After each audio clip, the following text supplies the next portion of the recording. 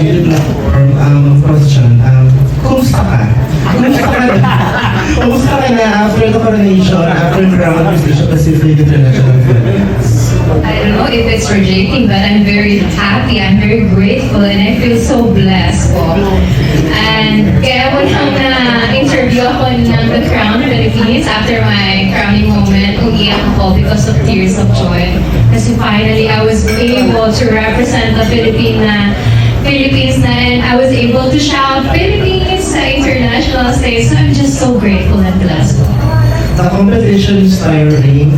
What personal thing or things na ginawa mo after the night, after the coronation night? Nag-pray po talaga ako.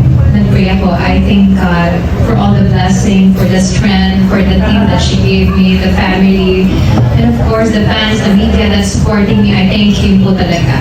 Na nag-pray po talaga ako after the coronation. At yun talaga yung una kong ginawa.